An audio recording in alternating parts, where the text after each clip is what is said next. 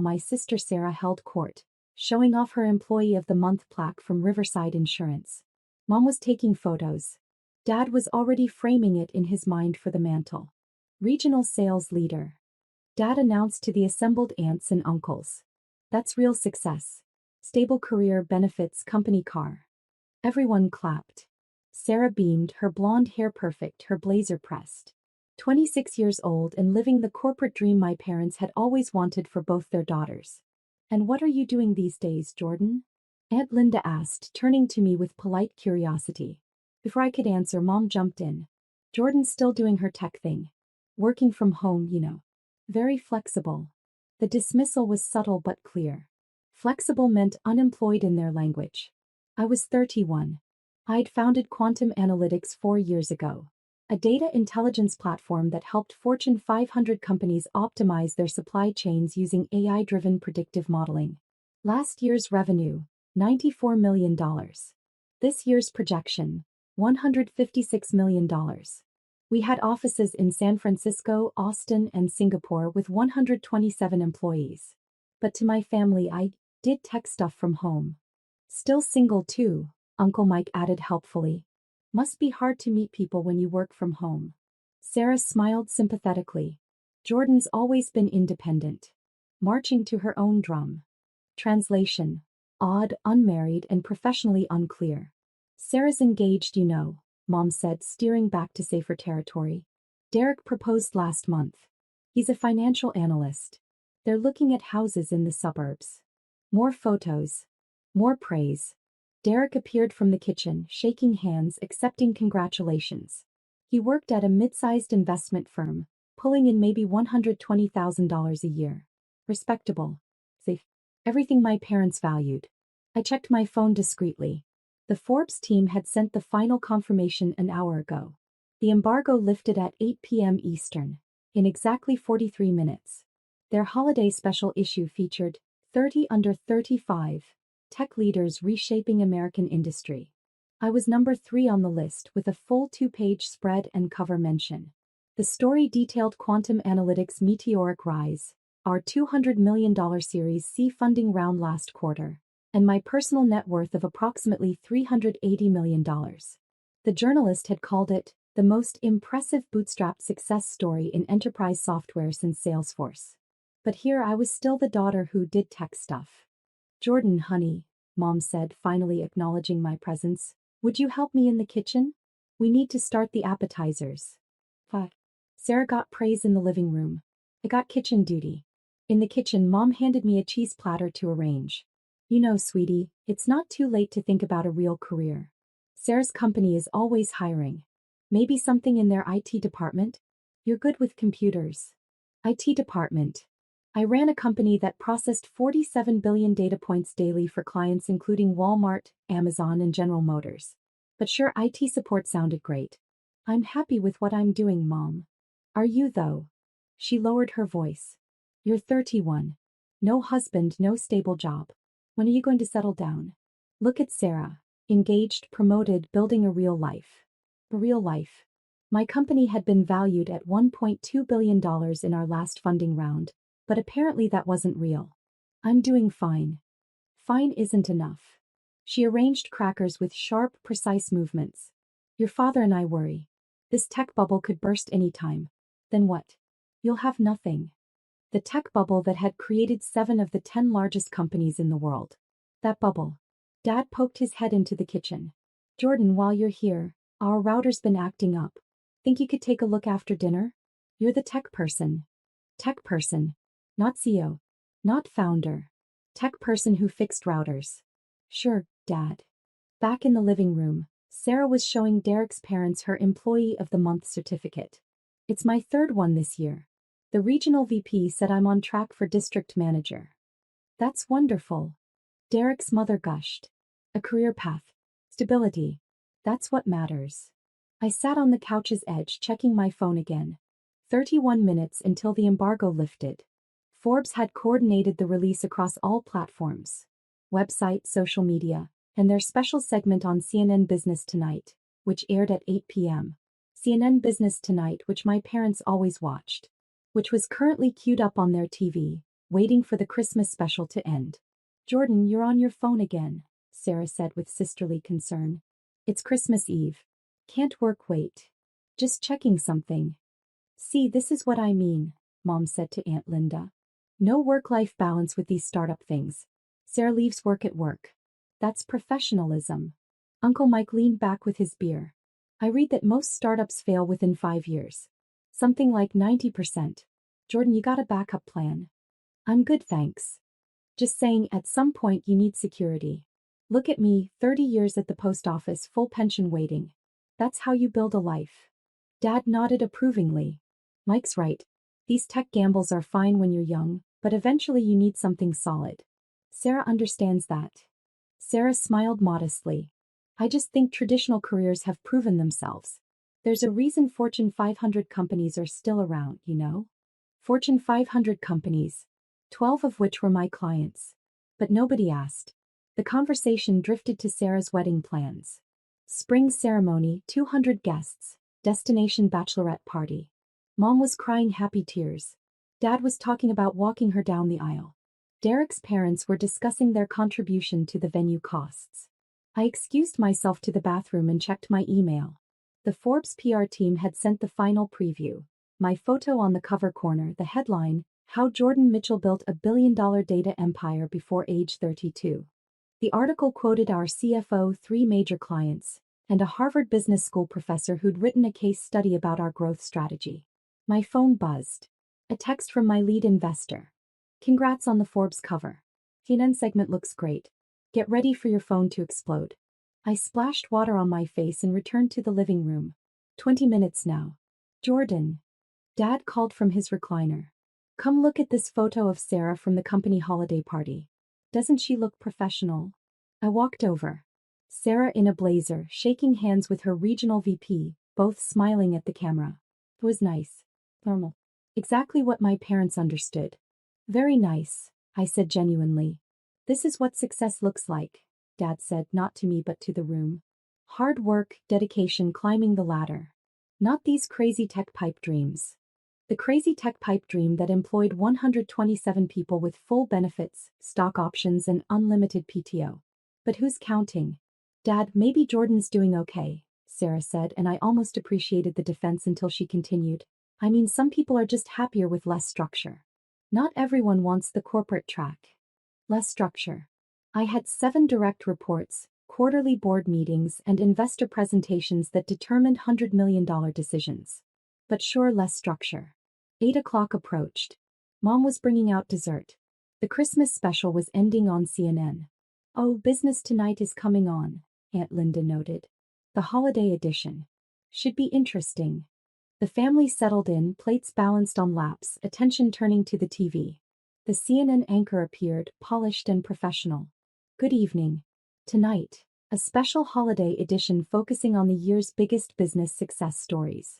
We're particularly excited to discuss Forbes' just-released 30 under 35 list, highlighting the young entrepreneurs reshaping American industry. My heart rate picked up. Our top story. Jordan Mitchell, founder and CEO of Quantum Analytics, who's revolutionizing how Fortune 500 companies use artificial intelligence for supply chain optimization. My face filled the screen. Professional photo from last month's Incorporated magazine shoot.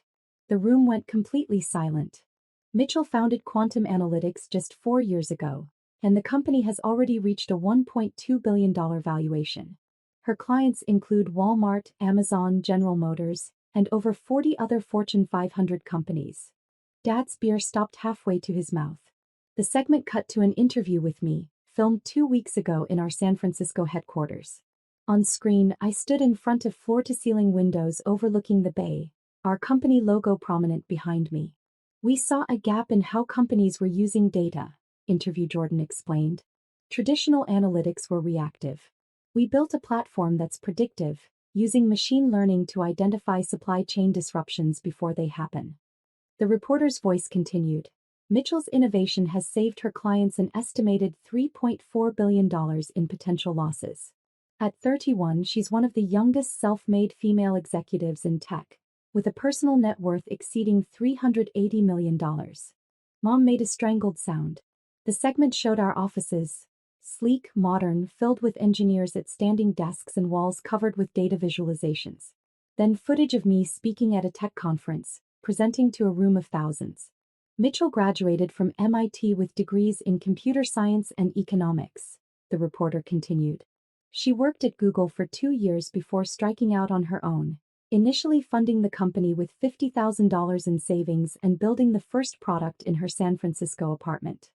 The apartment they told me to leave because I needed a real job. The segment featured testimonials. The CTO of Walmart. Jordan's platform transformed how we manage inventory. She's brilliant, visionary, and frankly, she's making the rest of us look outdated.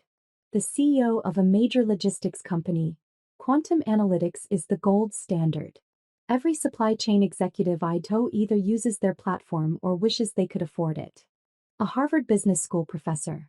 Mitchell's approach to AI-driven logistics is being taught in business schools worldwide. She's created an entirely new category of enterprise software.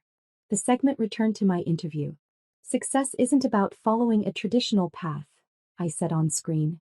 It's about identifying real problems and building solutions that create value. Sometimes that means working from an apartment at 3 a.m. or taking calls from Singapore while your family wonders when you'll get a real job. I smiled slightly on screen. But if you believe in what you're building and you're solving genuine problems for real clients, the path becomes clear. Even if nobody else sees it yet. The reporter concluded, Mitchell's advice to young entrepreneurs is simple. Trust your vision even when others don't. With quantum analytics projected to exceed $200 million in revenue next year and expansion into European and Asian markets, it seems her vision is paying off. Jordan Mitchell, number 3 on Forbes 30 under 35 list. The segment ended. A commercial break began. Nobody moved. Nobody spoke. 15 people frozen in a living room, dessert plates forgotten, staring at a TV that was now advertising car insurance. Dad's face had gone from ruddy to pale. Mom's mouth was actually hanging open. Sarah looked like she'd been slapped. Uncle Mike broke the silence. Did that just say $380 million? Personal net worth, Aunt Linda whispered. That's what the reporter said. Derek's father turned to me slowly. You're the Jordan Mitchell from Quantum Analytics? Yes. The company that handles Amazon's predictive logistics? Among others, yes. Sarah found her voice. But, you work from home. You're always on your laptop. You thought I was unemployed, I finished gently. Or doing freelance work. Something small. Why didn't you tell us? Mom's voice cracked. I tried. Multiple times. I kept my tone even, not angry, just factual. 2 years ago, I mentioned landing Walmart as a client. Dad said, "That's nice, honey," and asked if I'd fixed his router yet. Last Christmas, I tried to explain our Series B funding. Mom interrupted to ask when I'd get a job with health insurance. The memories hung in the air, undeniable now. 6 months ago, I invited everyone to our office opening in Austin. I continued. Sarah said she was busy with a work training. It was a Saturday. The office opening made TechCrunch and the Wall Street Journal. Dad set down his beer with a shaking hand. Jordan, we had no idea. You had every opportunity to know. You chose not to ask questions. You decided what my life was and you never looked deeper. Sarah's voice was small. We thought you were struggling. I know. Because struggling was easier for you to accept than the possibility that I'd succeeded on a path you didn't understand. I looked at each of them. I didn't need you to understand the technology. I just needed you to respect that I knew what I was doing. But you never said anything about money or, Mom started. Because it's not about money, I said. It's about what I built. The problem I solved. The company I created. I pointed at the TV. 127 people have jobs because of quantum analytics. 43 Fortune 500 companies use our platform. That's what matters, not my bank account. Uncle Mike cleared his throat. So when you said you were checking your phone earlier, I was checking when the Forbes article went live. I knew it would air tonight. I didn't tell anyone because... I paused. I wanted to see if you'd finally listen. The room went quiet. Derek's mom spoke softly. Jordan, we're impressed. Maybe we made assumptions. You did, I said. Because I didn't fit your idea of success. Sarah has a corporate job, a fiancé, a house. You understood her path. You celebrated her. But you treated my work like a hobby. Sarah started crying. Jordan, I'm sorry. I didn't know. You didn't ask. I sighed. Sarah, I'm not mad. You did what made sense for you. But you all assumed that because I chose differently I was wrong. Dad stood up. Sweetheart, we're proud of you. We always have been. No, I said. You're proud now that CNN told you to be. That Forbes said I mattered. That Harvard professors study my company. I picked up my coat. You weren't proud when I was working 100-hour weeks in that small apartment. When investors said a woman couldn't run a tech company. Mom looked worried. Where are you going? Back to my hotel. I fly to Singapore tomorrow for a client meeting. I stopped at the door. I came because it's Christmas. But tonight, you praised Sarah's award and ignored my life's work. Jordan, please, Sarah said. Sarah, I'm happy for you. Truly. But my success doesn't take away from yours. You just never believed there was room for mine. I opened the door. Cold air rushed in. Merry Christmas, I said and left. My phone buzzed before I reached my car. Investors, clients, reporters. The Forbes piece was trending. But the call I answered was from Maria, my lead engineer. Boss, we're watching CNN at the office. You were amazing. I smiled. Thanks. How's the party? Perfect. We hit 100% uptime for Q4. The Walmart team sent champagne. That's my team, I said. Jordan, we're proud to work for you. What you built matters. My throat tightened. I know. Thanks, Maria. That was the truth. My team knew. My clients knew. The industry knew. And that was enough. 3 days later in Singapore, closing a $40 million deal, Mom called. Then Dad. Then Sarah. I ignored the calls until I landed back home. Then I listened. Mom, please call us. We're so sorry. We didn't understand. Dad, I've been reading about your company. I'm amazed. Please come home. Sarah, you were right. I'm sorry. Please don't shut us out. I didn't answer right away. I finished my meetings. Flew to Tokyo. Then Austin. 2 weeks later, I texted the family group chat. I appreciate the apologies. I need some time.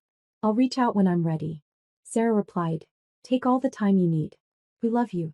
Mom, we're here whenever you're ready. Dad's so proud of you, Jordan. I put down my phone and looked out at the bay. My assistant knocked. Forbes is here for the interview. Harvard confirmed you for the March keynote. And your Amazon meeting is ready. I took a deep breath. This was my life. My work. Built not because my family believed in me, but because I believed in myself. Maybe someday I'd rebuild those bridges. Maybe not. Either way, I had companies to lead, people to inspire, and an industry to change. Family pride?